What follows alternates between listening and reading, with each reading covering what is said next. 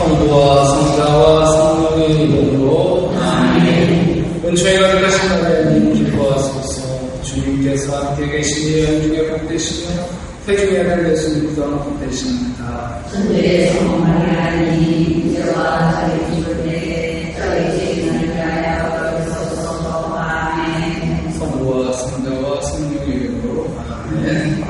자, 오늘은 지난주에 못한 거 짧게 하고 다른 걸로 넘어갈게요.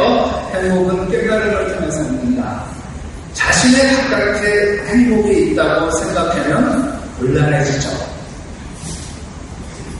우리가 이제 옛날에 혜윤이가 불렀죠. 파란 나라를 보았냐, 파란새를 이제 막 쫓아다니는데, 파란새가 쫓아다니는 파란새를 어디서 찾았어요? 결국은 돌고 돌아서 우리 집에 있는 겁니다. 아닌가요?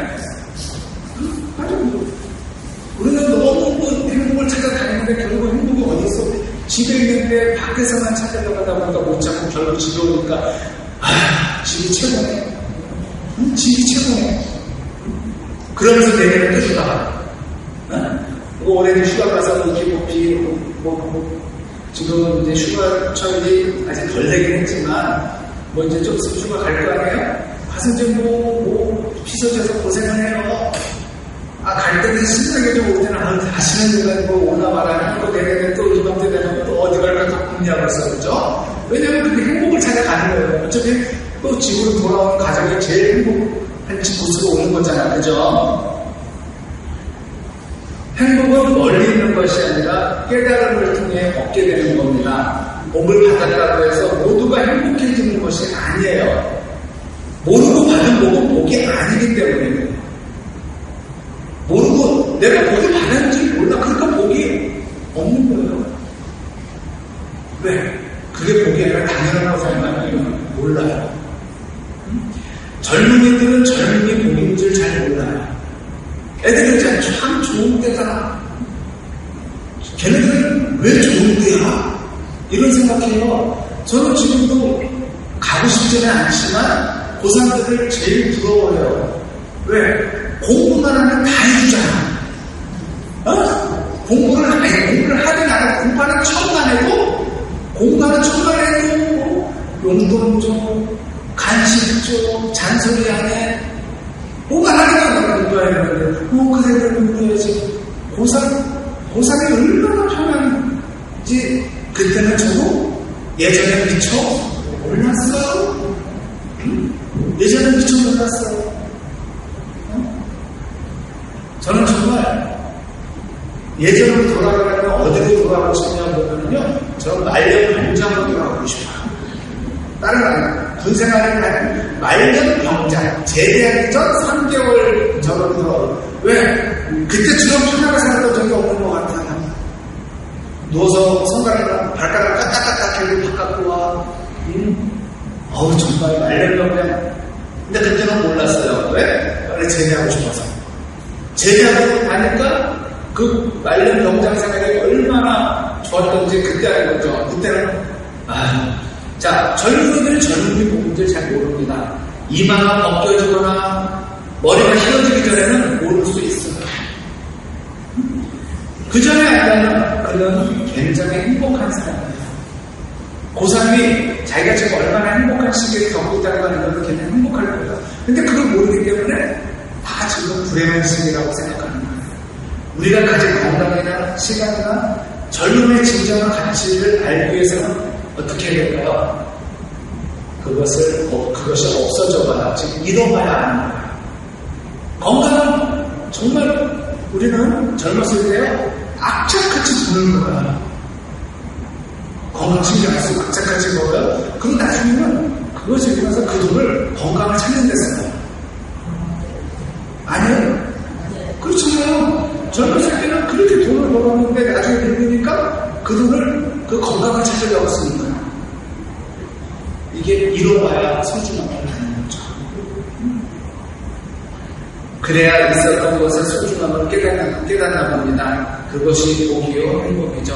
그렇기 때문에 우리는 소원 성취를 통해서가 아니라 깨달음을 통해서 행복을 누리게 되는 거예요. 하나님과의 관계에서도 마찬가지입니다. 기도를 통해 가지는 하나님과의 친교, 그것이 참 행복이에요. 기도를 해가지고 뭐 이것 달라 저것 달라 해서 얻는 것보다 저 역시도 그냥 성당 가서 앉아있고, 낮에 돌아다니면서 기도하면서 하나님과 그 시간을 갖는 거, 그 자체가 행복입니다. 그 자체가 좋은 거예요. 뭐 이거 해달라 저거 해달라 별말 없어요. 저는 여러분들도 마찬가지시겠지만, 자, 기도를 통해 가지는 하나님과의 친교, 그것이 참 행복이라는 거. 저는 이제 시간만 좀 있으면 남한산성을 산행을 해요. 이 산은 소나무가 너무 좋아 기분이 상쾌해지는 산이에요. 나무가 이렇게 좋은 산이 많지 않아요.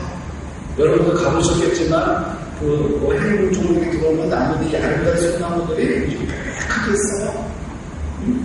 그리고 이제, 어느 또 지점에 가면은, 계곡이 크지는 않지만, 물이 흐르는 조그만 계곡들이 있고, 물소리를 들으면 기분도 좋아지죠. 그래서 여기가 설악산이라 생각하면 앉았다, 걷다 오고 해요.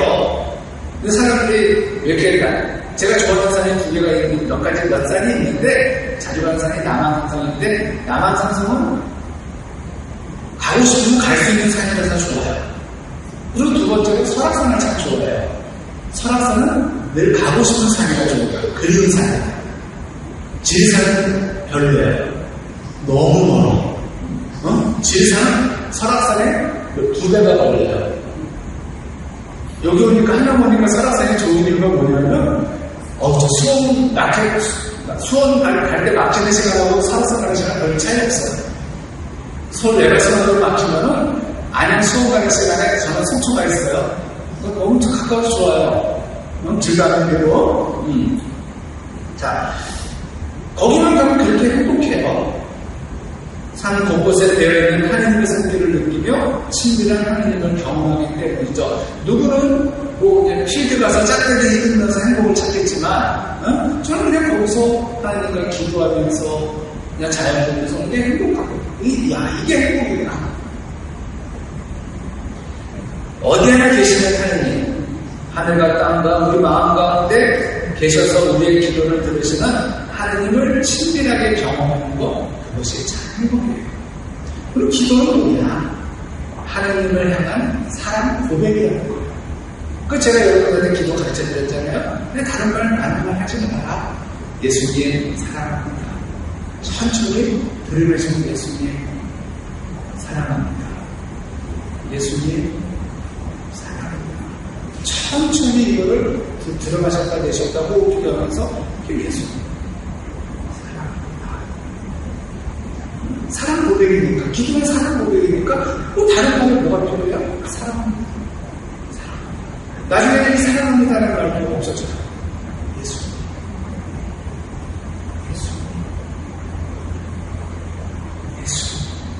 천천히 예수님이라는 이름. 그래서 이제 떼제라는 떼제 미사가 있어요. 떼제 공동체라는 게 프랑스인가 어디에 있는데, 그 떼제 미사가 저는 그 미사가 좀 떼제상 가면 지겨웠어요. 뭐냐면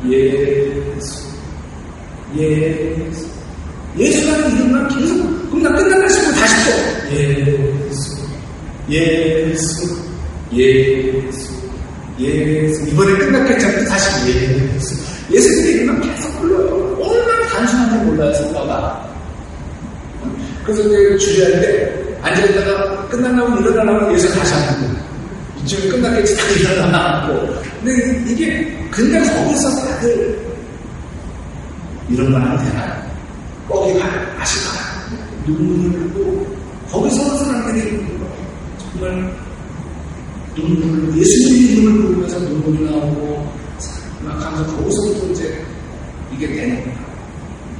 다른 때 제가 말만 하다가 그냥 예수님이라는 이름만 계속 되돌이켜 하면서 그 노래를 성가를 부를 때, 그때 청년들이, 주대제의 기도는 떼제가 3,000명들이 많이 하는데, 청년들이 그때 막 터져요. 눈물이 나. 그러니까 여러분들, 이 사랑 고백을 어렵게 생각하지 마시고, 그냥 예수. 예수님 사랑합니다. 이렇게 자꾸 고백해 보세요. 다른 말 붙이지 마세요. 미사여도 뭐 잘하는 어떤 뭐 여러 가지 뭐 좋다는 말 붙이고 다 되고 중요한 건 근본적으로 뭐예요? 예수님의 이름이 중요하잖아요. 예수를 부르는 거예요. 예수님. 다른 거 갖다 붙이면은 그거 신경 쓰느라고 예수님의 이름이 힘이 없어요. 알았죠? 이 기도만큼 그래서 예수 기도라는 간상기도가 우리 교회의 전통적인 간상기도예요. 예수 기도는 뭐야? 예수님 이름을 부르는 기도예요. 말씀드렸지만 다윗의 자손이신 예수 그리스도 저에게 자비를 베풀어 주십시오. 이 기도, 성경에 나오는 이게 예수 기도의 시작일 때 거기서 다 띄고 예수 그리스도님 저에게 자비를 베풀어 주십시오. 예수님 이렇게 천천히 자기만의 어떤 예수 기도를 만들면 돼요. 나의 사랑하신 예수님, 나의 사랑하신 예수님. 그래서 자기가 편한 단어가 있고 구절이 있어요. 성경에서는 그걸로 만들어서 자기가 하는데 결국 나중에 다 없어지고 뭐가 남아? 예수님만 남아요. 예수라는 이름만 남아요. 그래야 단순하고 힘이 있는 믿음과 사랑의 고백이 들어있는 기도를 여러분들이 바치셨으면 좋겠어요. 사랑은 표현되어야 된다고 하잖아요. 사랑은 표현해야 된다는데 그 표현은 뭐예요? 고백이에요. 여러분들도 고백하셔야 돼요. 자,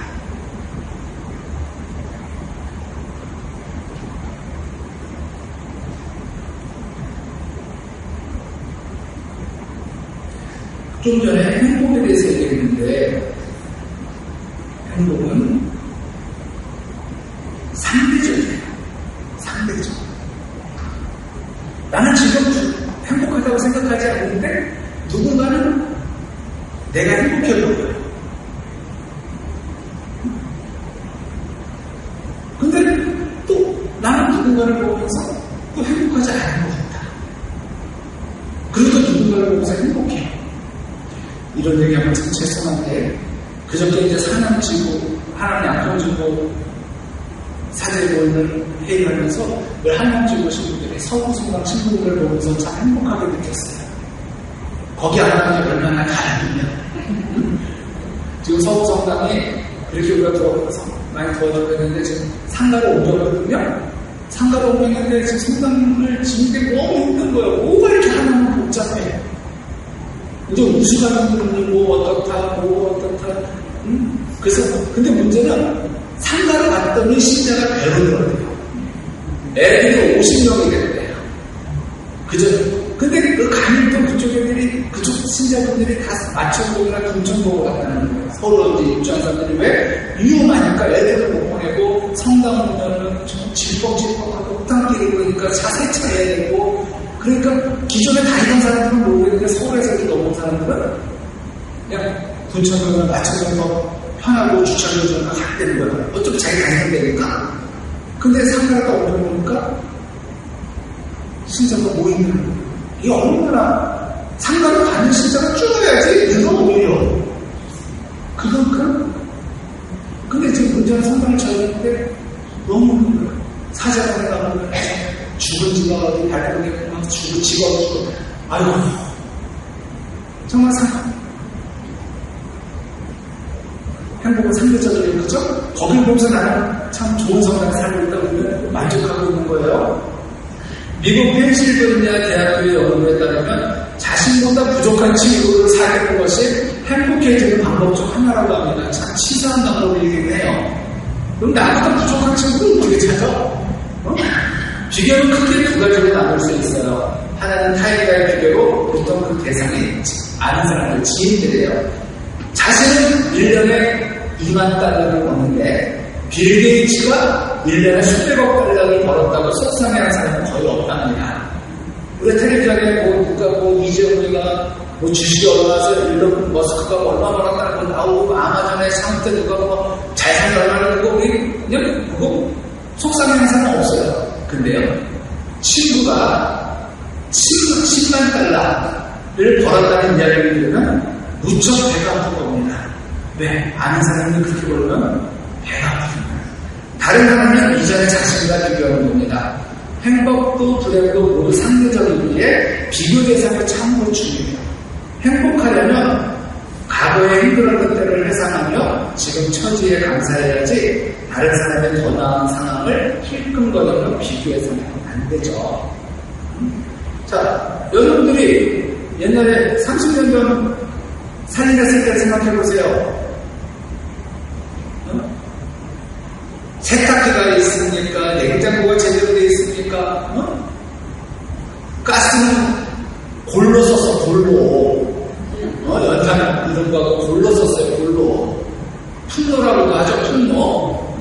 그런 거 썼어요. 지금은 뭐, 손만 대면은 인덕션 바로 가스불도 건강에 영이도 안 좋다고 그것도 안 써요. 전부 인덕션 써요. 그때 비하면 지금 여러분들 너무 편안하잖아. 편해요. 근데 편한데 행복하다고 느끼지 않는 거예요. 그때 돼지고기 한 번 사면 신문에 나와가지고 온 가족이 그래서 우리 아버지가 내 자랑이 우리 애는 돼지고기 한 그릇 먹고 너 혼자 얼마나 무식했으면 돼지고기 한 그릇 먹는 걸 잘하면 그만큼 고기가 귀해진 시절이에요. 지금 고기 많이 먹어서 문제죠. 지금 고기 많이 먹는 어떻게 보면 지금이 더 행복한 시간이라면 지금 행복하다고 느끼지를 못해요. 홍보에서 한국어를 말했어요. 작은 것은 작은 대로 어려움이 있고 큰 것은 큰 대로 어려움이 있다. 몸 정도 삶이 고되지만 보관대작의 여인들도 삶의 어려움을 한가하는 거예요. 그러니까 작은 여자도 힘들지만 큰 여자도 힘들다는 거예요. 그쵸? 근데 높은 위치에 있는 사람도 힘든 건 마찬가지죠. 요즘 정책이 아니지만 저 위에 있는 분들이 얼마나 힘듭니까 지금. 맨날 저렇게 인식하고 난 저기 왜 앉아있는지 모르겠다는 생각을 해요. 잠만 제대로 살 수 있을까? 우리도 힘들지만 저 높이 있는 사람들도 많이 힘들 거예요. 누가 한 노인에게 행복하십니까? 라고 묻자 시원 속에 대답이 들어왔어요. 병원에 있지도 않고 감옥에 있지도 않으니 어째 행복하지 않을 수 있겠어요. 노부인은 더 어려운 처지에 있는 사람과 비교해서 자신의 평화와 안락을 감사히 여기며 행복을 느꼈어요. 그 노부인은 정말 행복을 만들어낼 줄 아는 사람입니다. 행복은 상대적인 거예요. 그러니 좋은 대상을 찾아 정확하고 적당하게 비교하세요. 이럴 때는 적당하게 비교하는 것도 좋아요. 그리고 최대의 노력을 기울여 행복감을 끌어내세요. 결국 행복도 말씀드린 대로 선택인 것 같아요. 내가 해주고 싶어 행복한 건데 불행한 거. 그것도 잘했어요. 그러니까 저는요, 전에도 말씀드렸지만 행복해지는 방법을 불행해지지 않는 법을 알아요. 행복해지는 법은 모르는데 불행해지지 않는 법을 아는데 그건 뭐냐면 너무 행복하려고 하지 않는 거예요. 너무 행복하려고 하다가 불행하다는 거예요. 자, 이제 적당히 넘어가고요. 이제 여러분들이 가장 이제 잘하는 기도, 주님의 기도에 대해서 좀 설명을 해드려야 될 건데 예수님이 가르쳐 주신 기도를 조금 이제 장시간에 걸쳐서 설명을 예수님이 어떻게 기도하셨나? 예수님이 기도의 모델이잖아요. 우리도 예수님이 하신 기도를 좀 배워야 필요가 있는데 그게 이제 주님의 기도인데 주님의 기도가 기도를 배울 때 가장 좋은 기도이기도 합니다. 자, 기도하는 법을 배우는 것은 가장 고귀한 일이에요. 예수님을 맞이하는 순간 우리 안에는 예수님의 생명이 들어옵니다. 그리고 그분의 생명이 우리 안에 들어오면 우리는 기도를 드리게 돼요. 또한 예수님을 맞이하는 순간 성령께서도 뭐 했나요? 했어요? 모르죠? 어디서 특강을 하는 것 같기도 하고.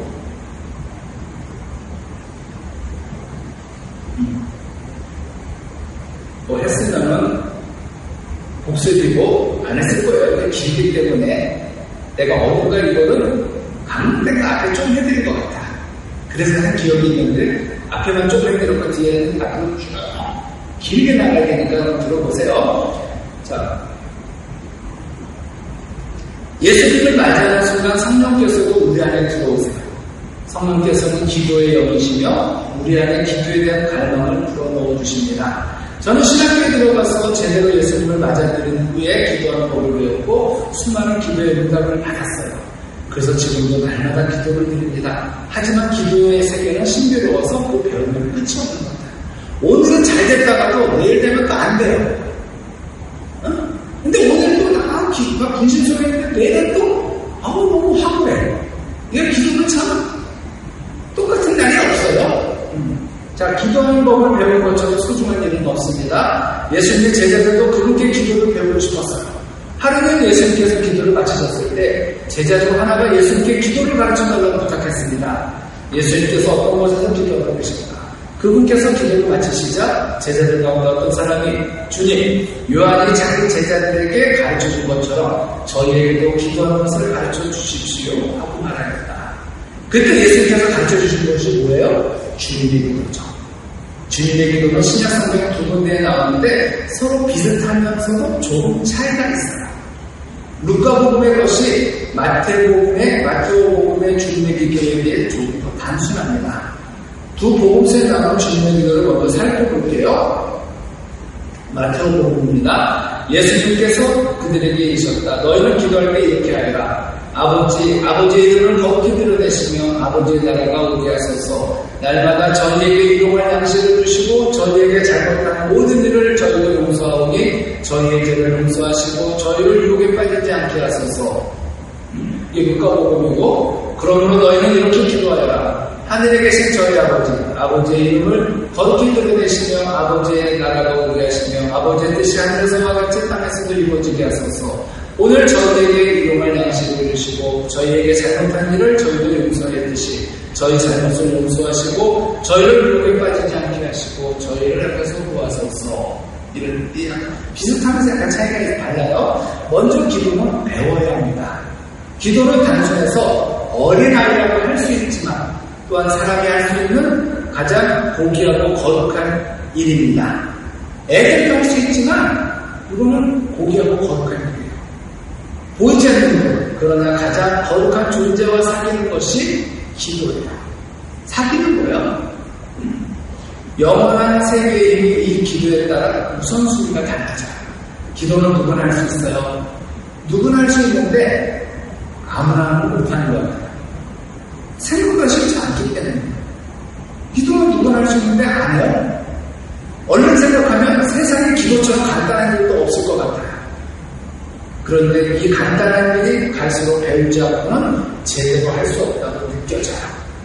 그리고 나중에 가서는 세상에 이렇게 어려운 일도 달려 있을까 생각하게 돼요.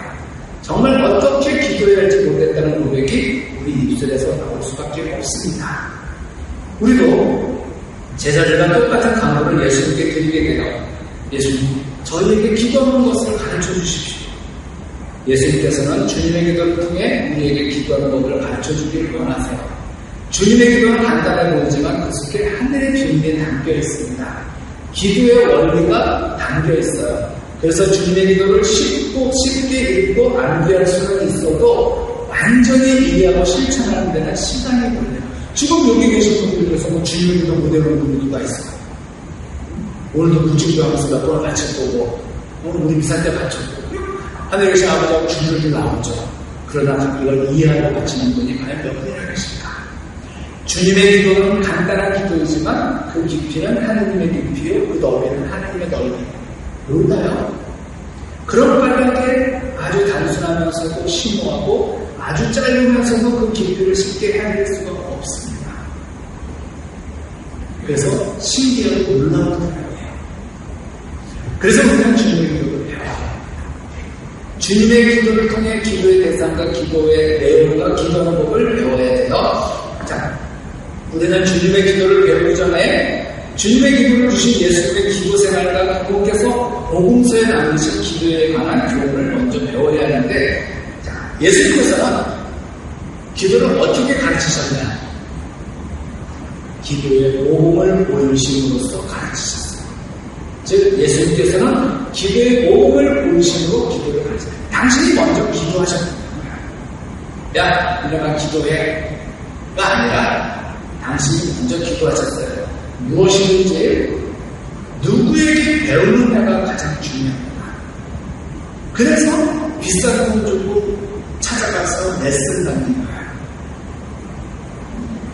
여기 뭐 동네 피아노 학원에서 이제 레슨 받을 때는 단가가 레슨비가 뭐 얼마겠죠? 그런데 만약에 조성진이라든가 이런 유명한 뭐 대학 교수 뭐 이렇게 피아니스트한테 레슨을 받으면 똑같은 한 시간에 가는 차이가 어때요? 다르죠. 달라요. 근데 그 비싼 돈 주고 왜 거기서 받아요? 배우는 게 다르기 때문이죠. 가르치는 사람의 수준이 다릅니다. 저는 이제 그 골프 얘기를 할 수가 없으니까 모르니까 테니스를 이렇게 오랫동안 쳤는데 지금은 못 치지만 테니스에서 이렇게 지금 뭐 잘나가는 사람들이 은퇴하면 뭐 먹고 살아요? 코치기 먹고 사는 거죠. 그 사람한테 와서 가르쳐가는 사람들이 한둘이겠어요? 응? 평생 먹고 사는 거예요.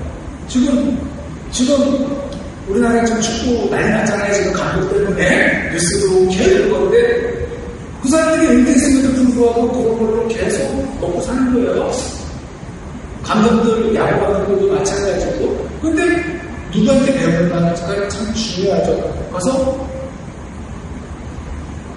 그 피아노도 모두 그래서 옛날에 어떤 사람이 리스트라고 피아니스트가 있었어요. 유명해요. 우리나라 사람은 아닌데 리스트라고 있었는데 어떤 사람이 자기가 리스트의 제자라고 속인 거예요. 너무 못살게 있어서. 근데 진짜 리스트가 그 동네에 왔어. 그럼 걸리는 거 아니야. 찾아가서 솔직하게 말씀드렸어요. 먹고 살기가 힘들어서 선생님이 이런 제자라고 속였습니다.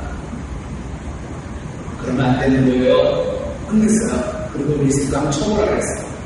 가르쳐줬어요. 그러면서 가르쳐주면 어떻게 된가? 이제 당신은 정말 나의 제자입니다. 마지막으로 내가 할게요. 하면서 사람을 이렇게 살려주는 거예요. 리스트에 제자라는 이거 하나만으로 사람들은 몰려오거든요.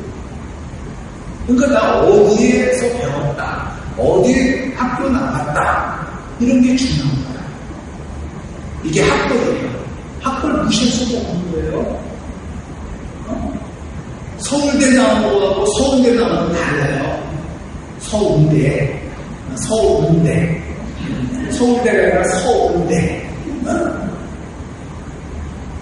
서울대가 아니라 서울여대. 다른 거예요. 저도 S대 나왔잖아요. 수업 카톨릭 대학교에서 S를 시작하거든요. 영어는 저도 S대 나왔어요. 자, 기도를 배우는 것도 마찬가지로 가장 훌륭한 스승에게 배웠으면 좋겠어요.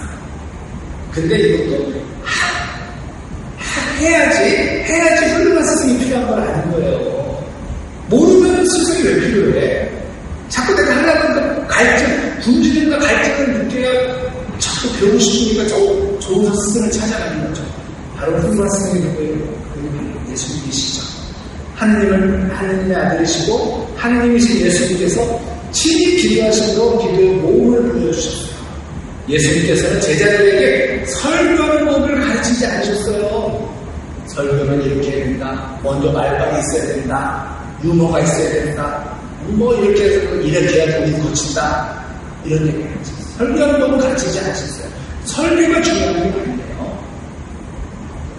어떻게 보면 말발이 있으면 설교를 잘할 수 있어요.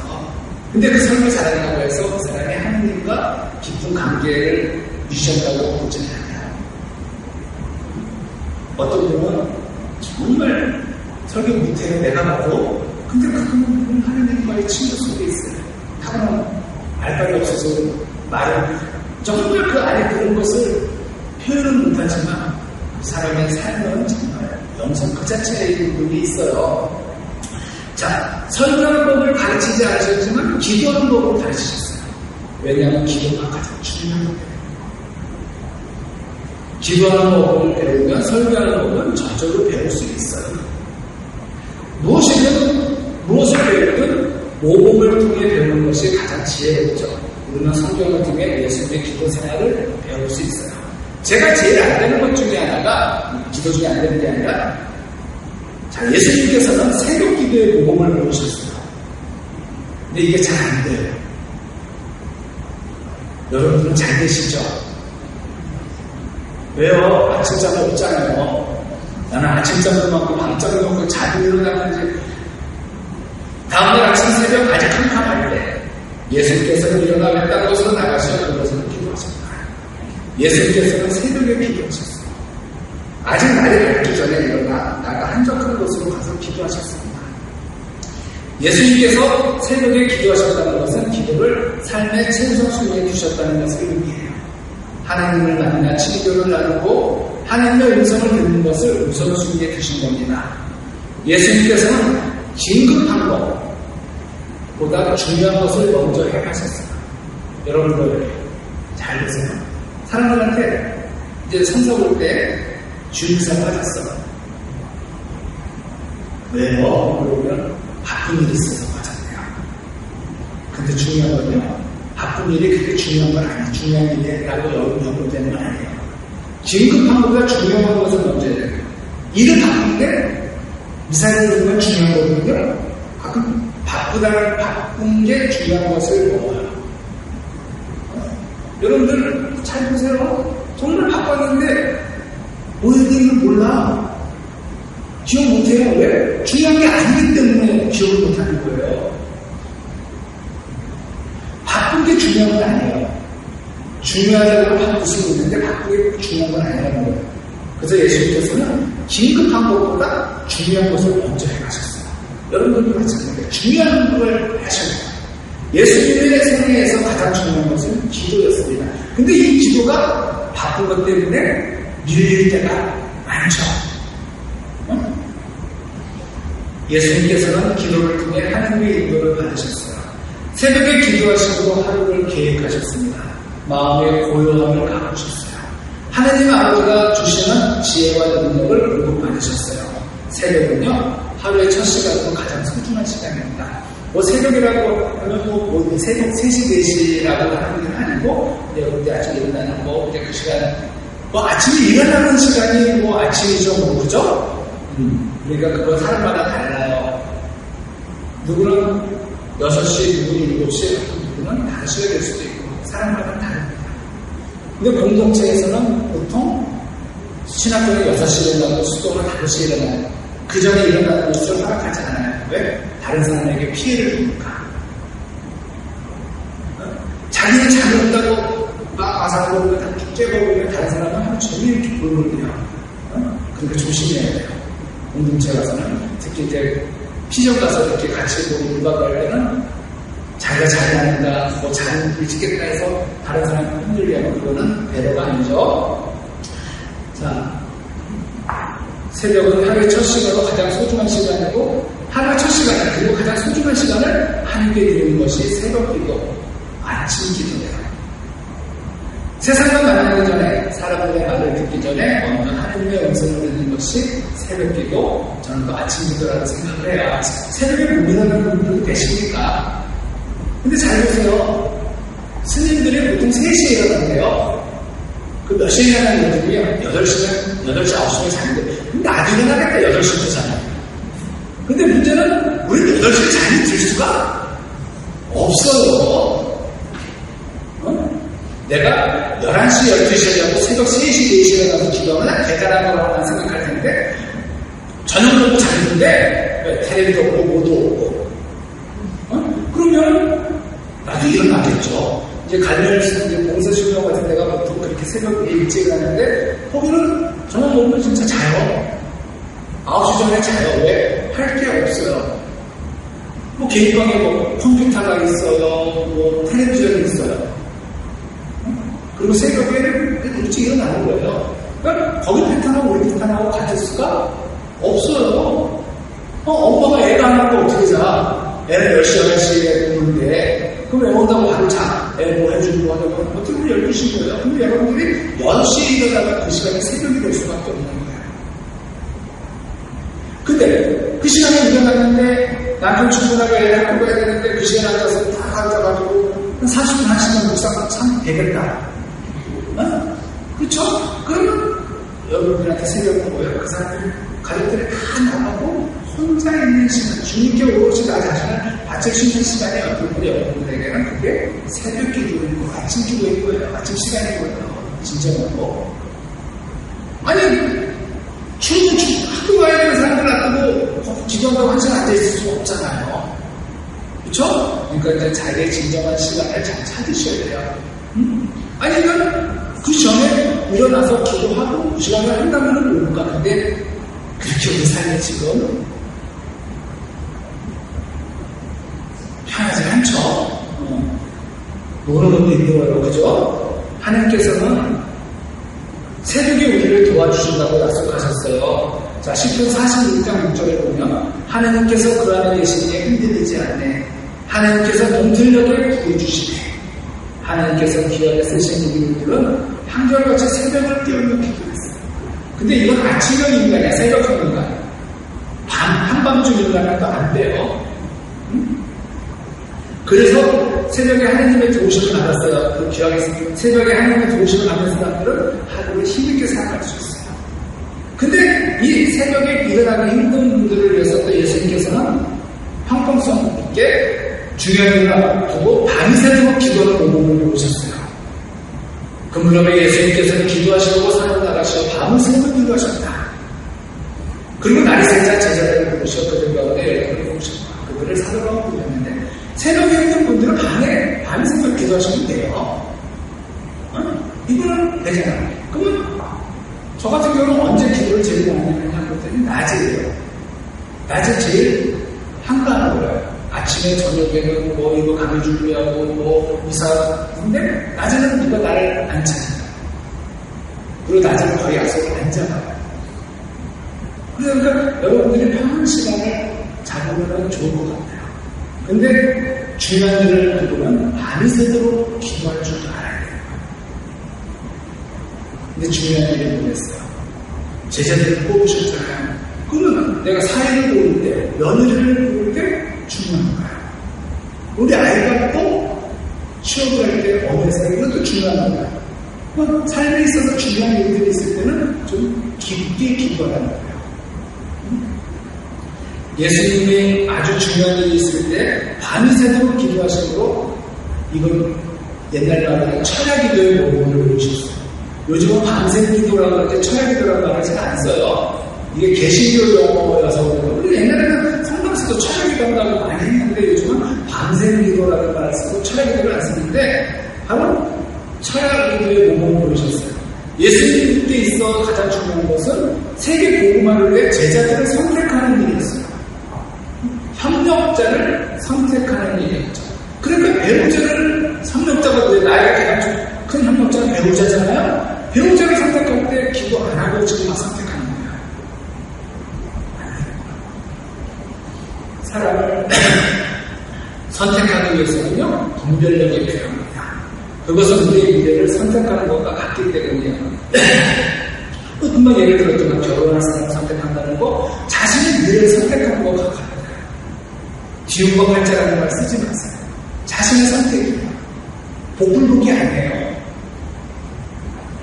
사람을 선택할 때 함부로 선택해서는 안 됩니다. 그래서 우리 신학교에서도 가장 고심을 많이 할 때가 부제품, 사제품을 앞두고해요. 그때 신부들이 모여서 한 명 한 명씩 다 얘기해요. 얘는 어때? 누가 얘기해? 나 그렇게 하는 건데 아니야, 진짜 이런 게 좋아. 그러면서 선생님들이 다 얘기하는 거예요. 왜?